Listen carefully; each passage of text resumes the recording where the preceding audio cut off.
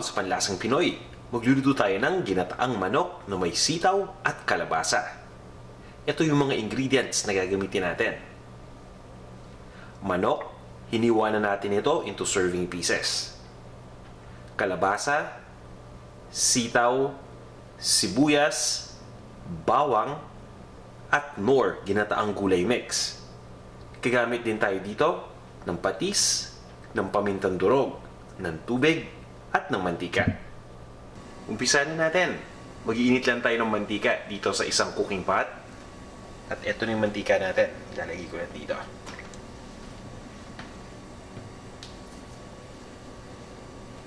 Kapag mainit na yung mantika, igigisa na natin dito yung bawang, pati na rin yung sibuyas. Mainit na yung mantika sa puntong ito. Di-distribute lang natin dito sa ating cooking pot. Siguraduhin natin na nalagyan ng mantika ito. At ilalagay na natin dito yung bawang.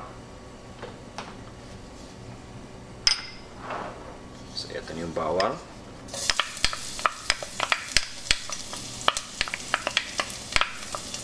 Ang ginawa ko dito sa bawang, dinikdik ko lang ito.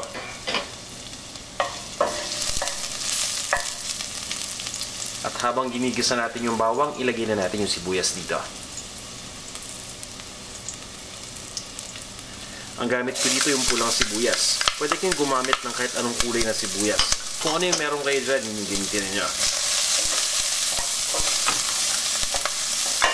Tutuloy ko lang yung pag-isa hanggang sa tuluyan ng lumambot yung sibuyas. Pagkatapos, ilagay naman natin dito yung manok.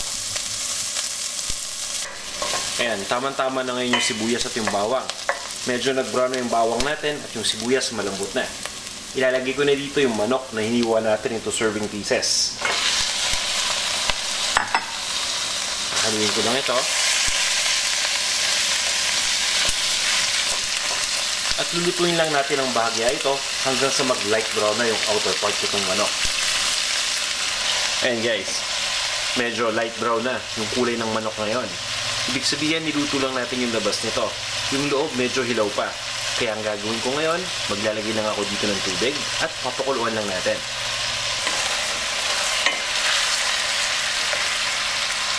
Ayan. Tama-tama lang yung pagkakaluto nitong manok. Bagya pa lang itong naluluto at medyo light brown yung kulay nito. Sa puntong ito, maglalagay lang ako ng tubig.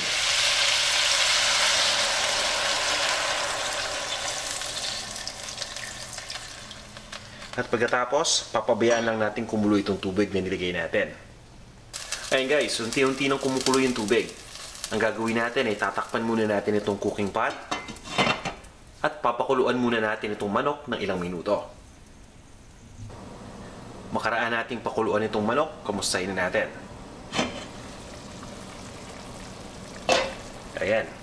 So ang ginawa natin kanina, pinakuluan natin yung manok hanggang sa tuluyan itong maluto at lumambot.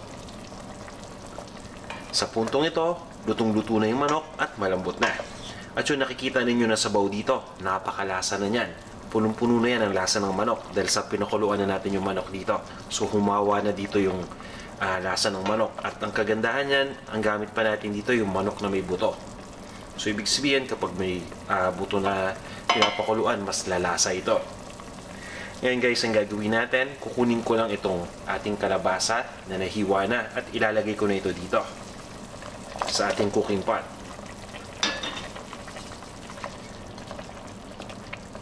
At ang gagawin natin sa kalabasa, lulutuin lang natin ito o papakuluan din natin ito hanggang sa tuluyan ng lumambot. Inuuna natin itong kalabasa kasi medyo matigas itong gulay na to kumpara dun sa sitaw.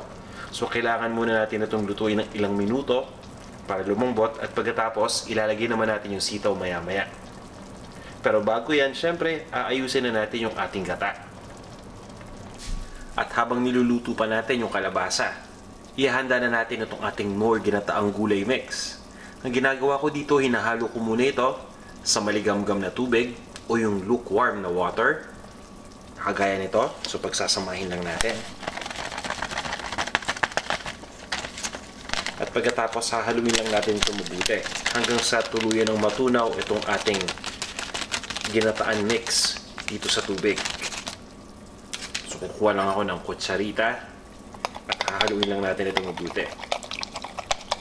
Pwede rin nating ilagay yung ating ginataan mix kaagad-agad dito sa ating cooking pot. Pero kailangan nating haluin mabuti pag tilagay natin. At once mahalo na natin ito mabuti, ilalagay na natin ito dito sa ating cooking pot.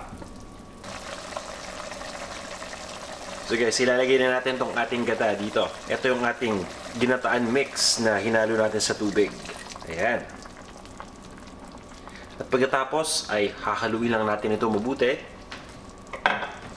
para mag-mix na dun sa ibang mga ingredients pa natin. Ayan, napakasimple lang ng proseso na to.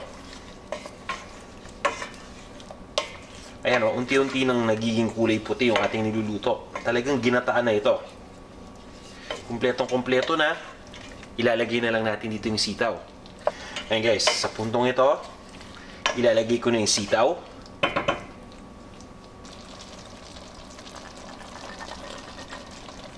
Haluin lang natin ito.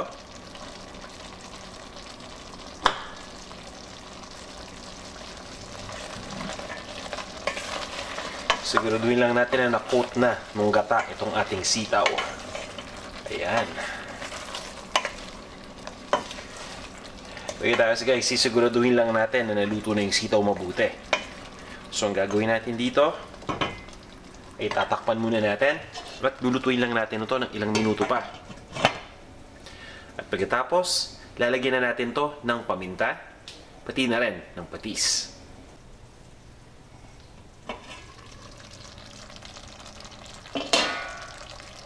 Maglalagay na tayo dito ng pamintang durog. Nasa sa inyo kung gaano karaming paminta ang ilalagay ninyo. At maglalagay din ako dito ng patis. Konting-konti lang. Nang sa ganun, tama-tama lang yung lasa. Pwede rin kayong gumamit ng asin as a replacement sa patis. So guys, haluin lang natin ito mabuti. Siguraduhin lang natin na nag-mix na lahat ng mga ingredients natin dito. Pagkatapos, ililipat ko lang ito sa isang serving plate at iserve na natin. Ito na ang ating ginataang manok na may sitaw at kalabasa.